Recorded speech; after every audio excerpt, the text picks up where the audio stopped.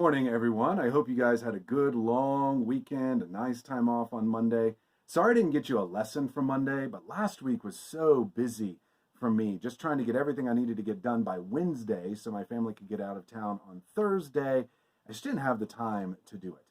However, I'm also thinking that I might reduce the number of lessons on the weeks leading up to youth group to two instead of three, because I feel like I've been trying to do too much on Sunday nights and teach too much. So we need to slow it down a little bit. We'll see what happens with the next one. This week there will be two only.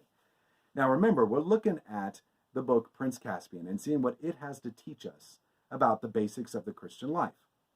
Remember, this book is really good about that because it's the second book in the series. In the first book, The Lion, the Witch, and the Wardrobe, Lewis teaches us about conversion. It's the entrance into the Christian life book. So it makes sense that the second book will teach us about the basics of the Christian life. And we looked at some of that the last time. How do we grow as Christians? How do we know and follow the will of God? Today, we're going to talk about talking to non-believers about Jesus. Now, it may surprise you that this book teaches us about that, but it does. It has a lot to teach us about that through the characters of Trumpkin and Nikabrik. Now, these guys are both dwarves, and neither of them believe in Aslan or any of the old stories. But the way they are skeptical of the old stories is very different. They're both skeptical of Aslan, the Pevensey children, the redemption of Narnia, etc. But how they are skeptical is very, very different. So when Caspian first is discovered by them, by Truffle Hunter the Badger, Trumpkin and Nikabrik, Trumpkin says to Truffle Hunter, "Do you really believe in all those old stories?" "I believe in the High King Peter and the rest that reigned at Cair Paravel as firmly as I believe in Aslan," says Truffle Hunter. "As firmly as that, I dare say. But who believes in Aslan nowadays?"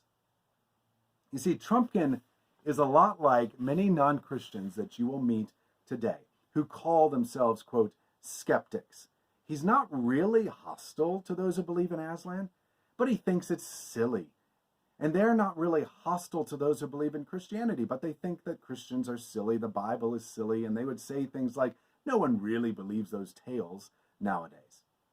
Now, as you'll see as you read the book and the story progresses, Trumpkin is actually a very solid guy. He's willing to follow Caspian, even though he doesn't believe in the old stories. He's actually even willing to go on orders by Caspian to find Peter, Susan, Edmund, and Lucy, even though he doesn't believe he'll ever find them at Cair Paravel. You see, he knows how to follow orders, so he goes. He's the kind of person who doesn't see that he has a lot of faith in his beliefs about Aslan. Just like people who are, quote, skeptical have a lot of faith in their beliefs about God. Just as much faith as Truffle Hunter has in Aslan, just as much faith as you have in God, just it's different. Faith in different beliefs. Trumpkin is also a kind of man who's willing to listen to evidence. Yet at the same time, no matter how much evidence is given to him, he's probably not going to believe.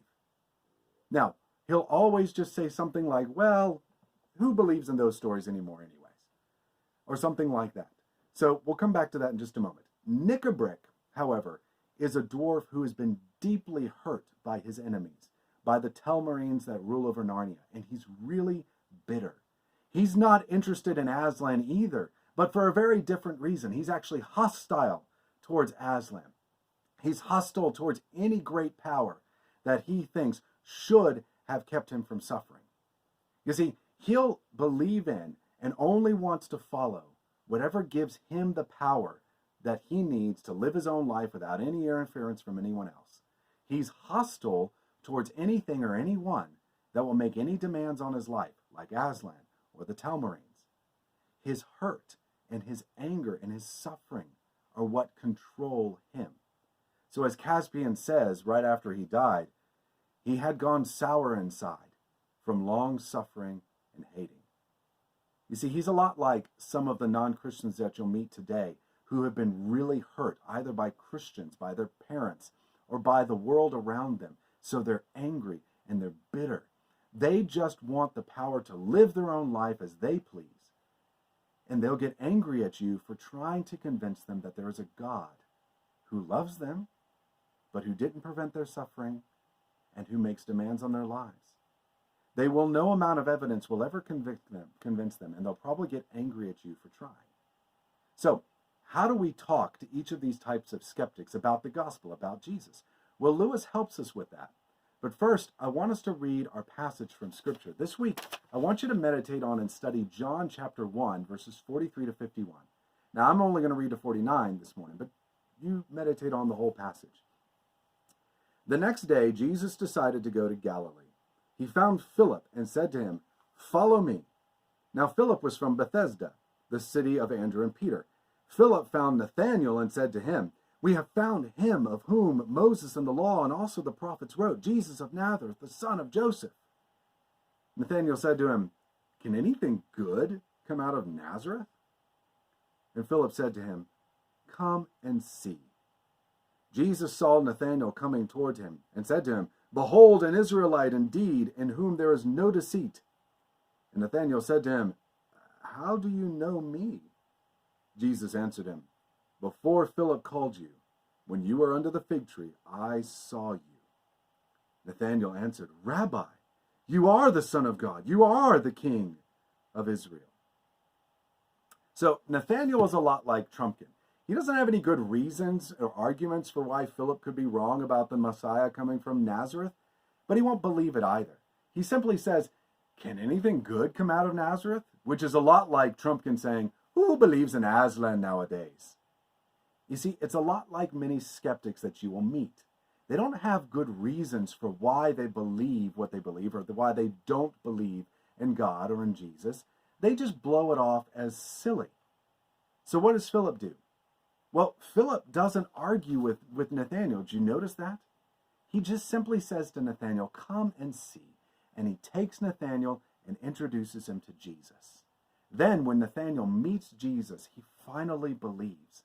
And that's also what happens to Trumpkin in Prince Caspian. He doesn't believe till he comes face to face with Aslan. Aslan picks him up, tosses him around a little bit, then puts him down and says, "Son of Earth, shall we be friends?" That's only then does he believe. He needed an encounter with Aslan. Nathanael needed an encounter with Jesus. Only then would they truly believe. Now, I'm not saying that we don't need to learn to defend the Christian faith and commend the truth of Christianity to people. In fact, we'll talk a little bit about that in the next video. But all the evidence in the world is not going to change the heart of a non-believer. Only Jesus can change a non-Christian's heart. Only Jesus can do that. So while we debate with them about what is true, we also need to say like Philip, "Come and see," and take them to see Jesus. Introduce them to Jesus. Now, I'll let you think about how you might go about doing that, and we'll talk more about it on Sunday. And you think about that. I'll see you then.